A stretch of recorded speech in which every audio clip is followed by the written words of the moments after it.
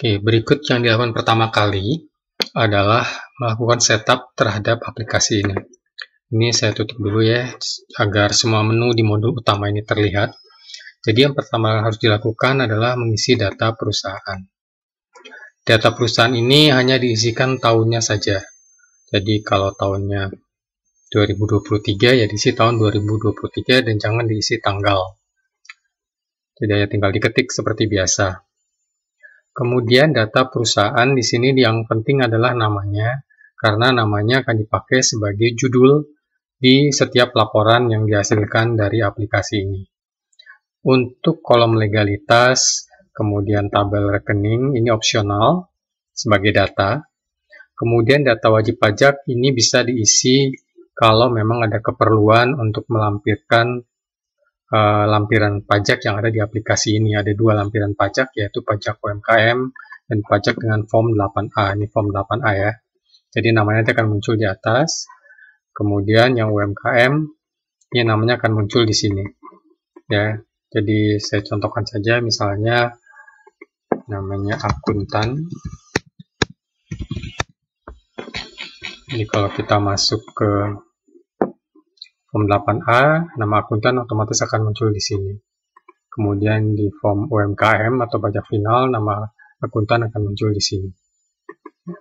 Itu untuk setup data perusahaan. Kemudian berikutnya adalah kode akun. Ini adalah yang paling penting di aplikasi ini. Karena ini menentukan format laporan dan rekap transaksi yang dijadikan laporan. Ya. Pengisiannya mudah dan di aplikasinya sudah ada akun-akun yang bisa digunakan. Tapi kalau tidak ingin digunakan, bisa dibiarkan atau dihapus. Hanya saja dihapusnya jangan menggunakan cut ya. Bisa menggunakan delete biasa saja. Tapi jangan menggunakan cut.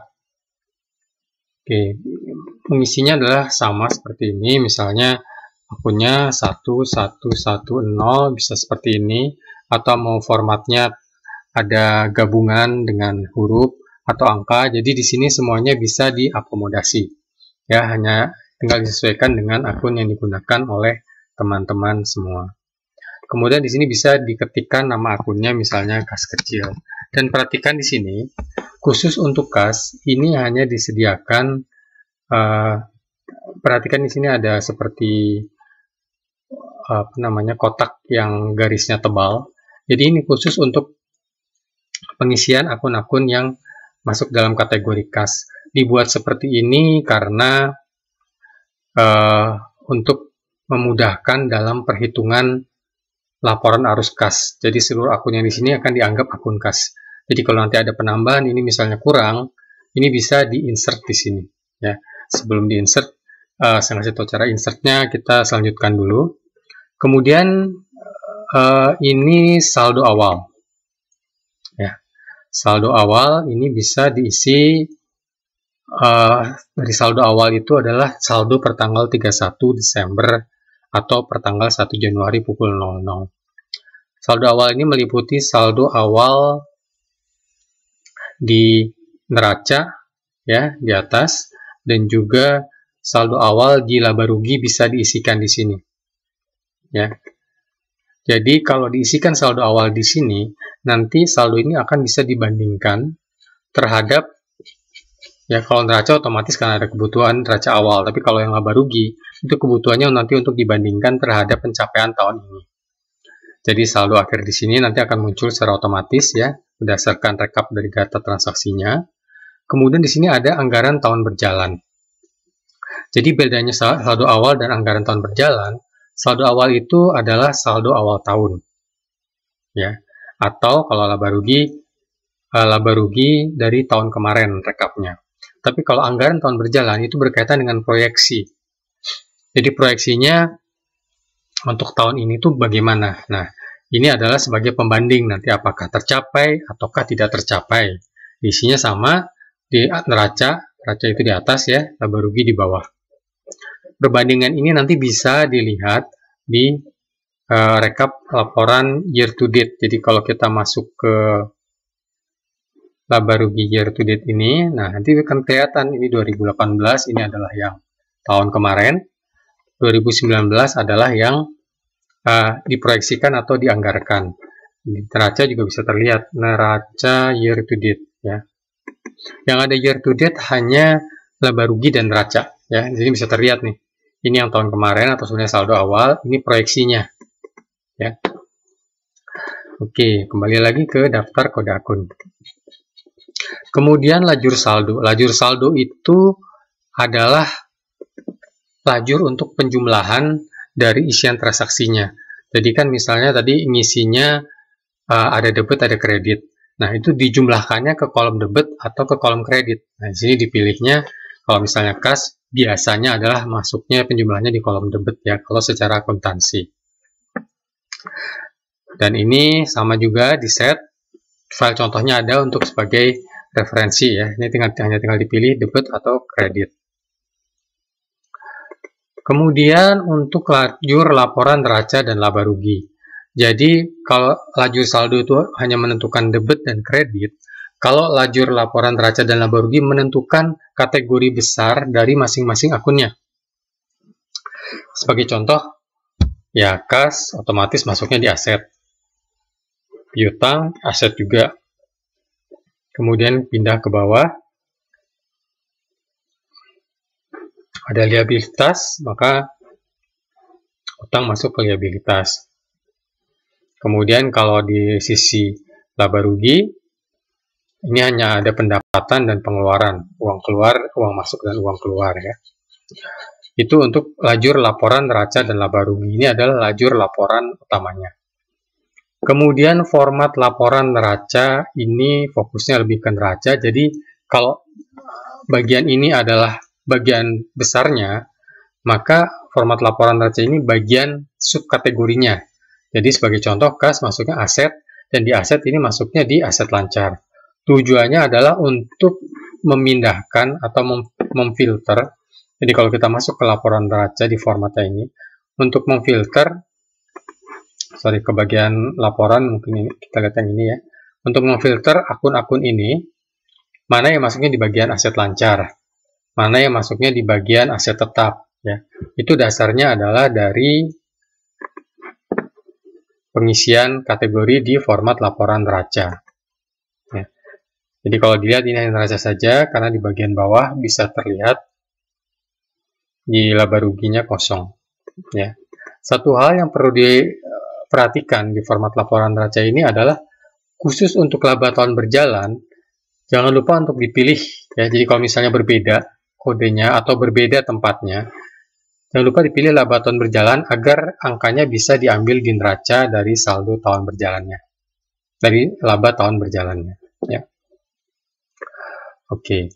Kemudian masuk ke laba rugi. Untuk laba rugi di sini disediakan dua format. Jadi kenapa ada dua format? Karena ini untuk perusahaan jasa. Ini ada yang memang murni hanya kalau berdasarkan pajak ya hanya pendapatan dan pengeluaran. Atau umumnya memang hanya ada pendapatan dan pengeluaran, tidak ada perhitungan terhadap HPP. Tapi ada juga perusahaan jasa, ataupun mungkin teman-teman ingin mengetahui. Jadi sebenarnya kan jasa mungkin ada HPP-nya.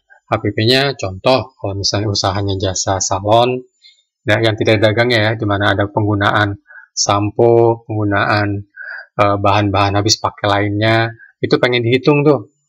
Karena kan itu sebenarnya variabel, kalau tidak ada yang datang, itu maka itu tidak digunakan, atau jasa car wash ya, salon mobil.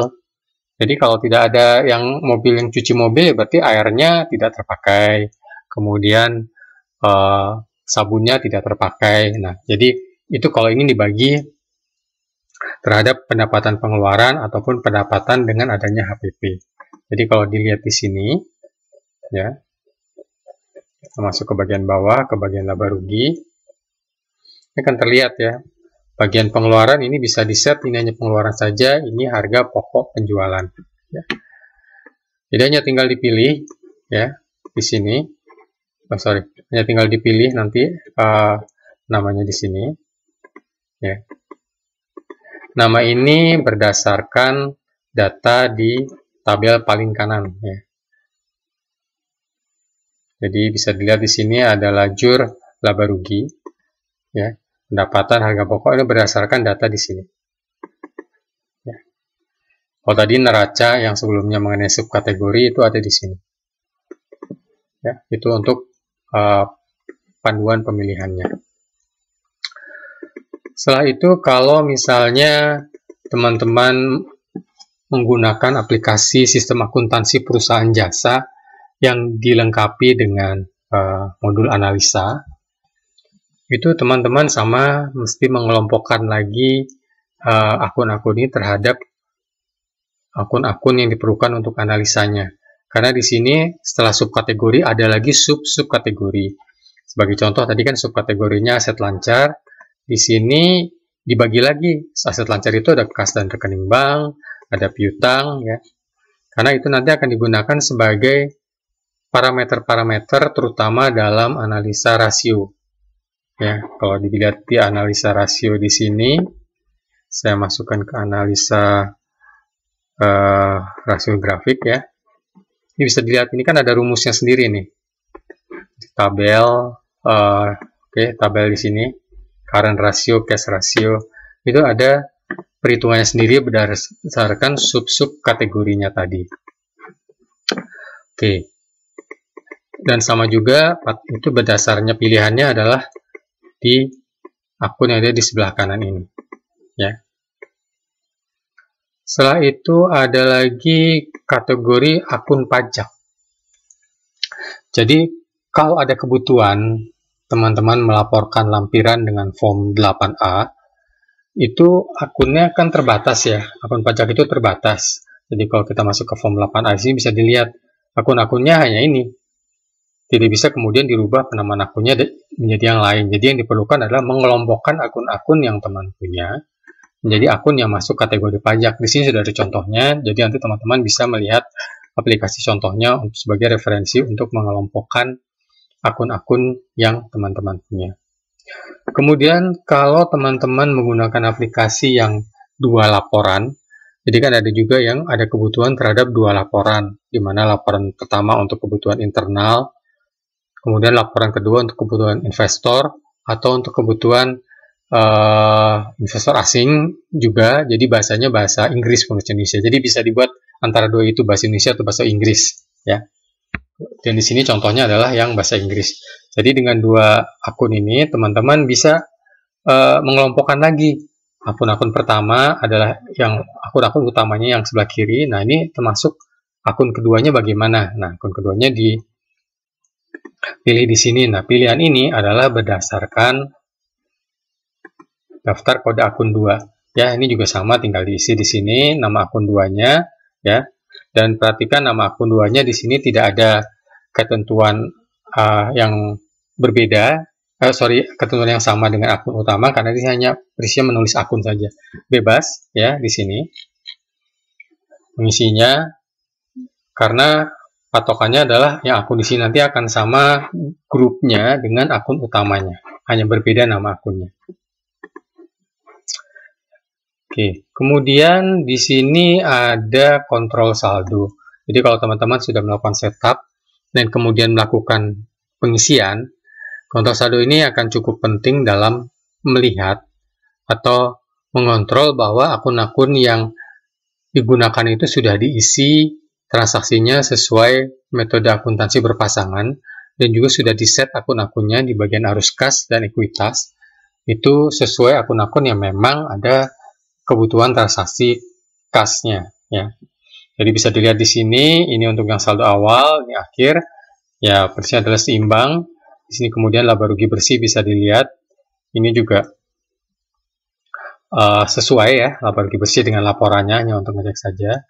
Ini arus kas, akun kas, ada dua metode di sini, metode langsung dan tidak langsung. Ini kebetulan metode tidak langsungnya belum di set ya akun-akunnya.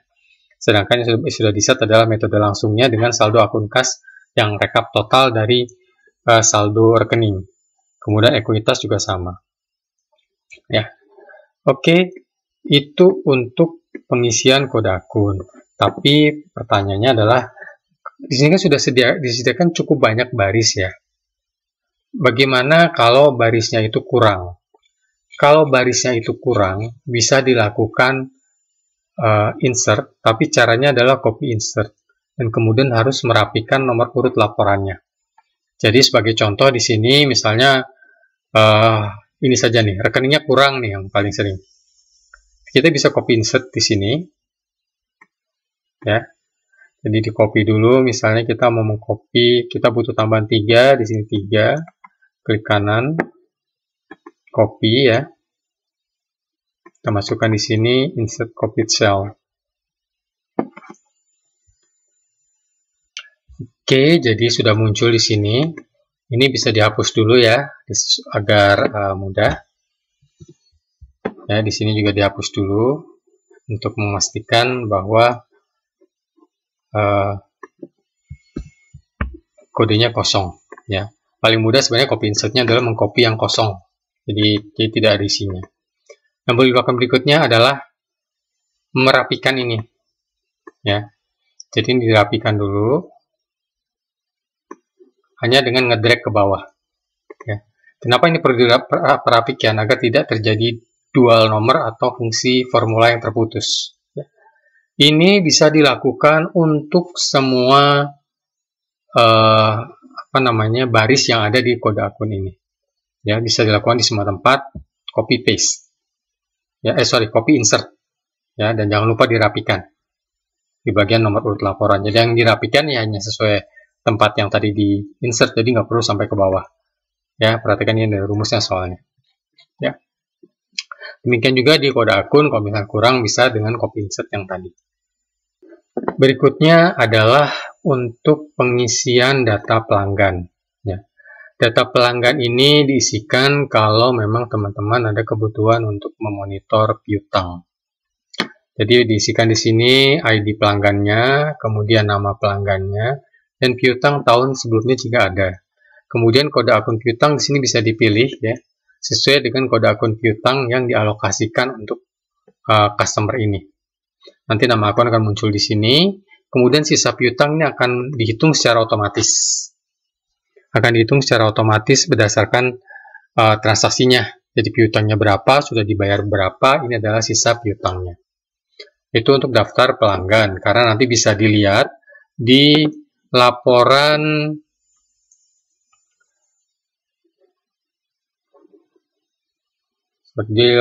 di buku piutang. Nah, nanti di sini bisa terlihat ya.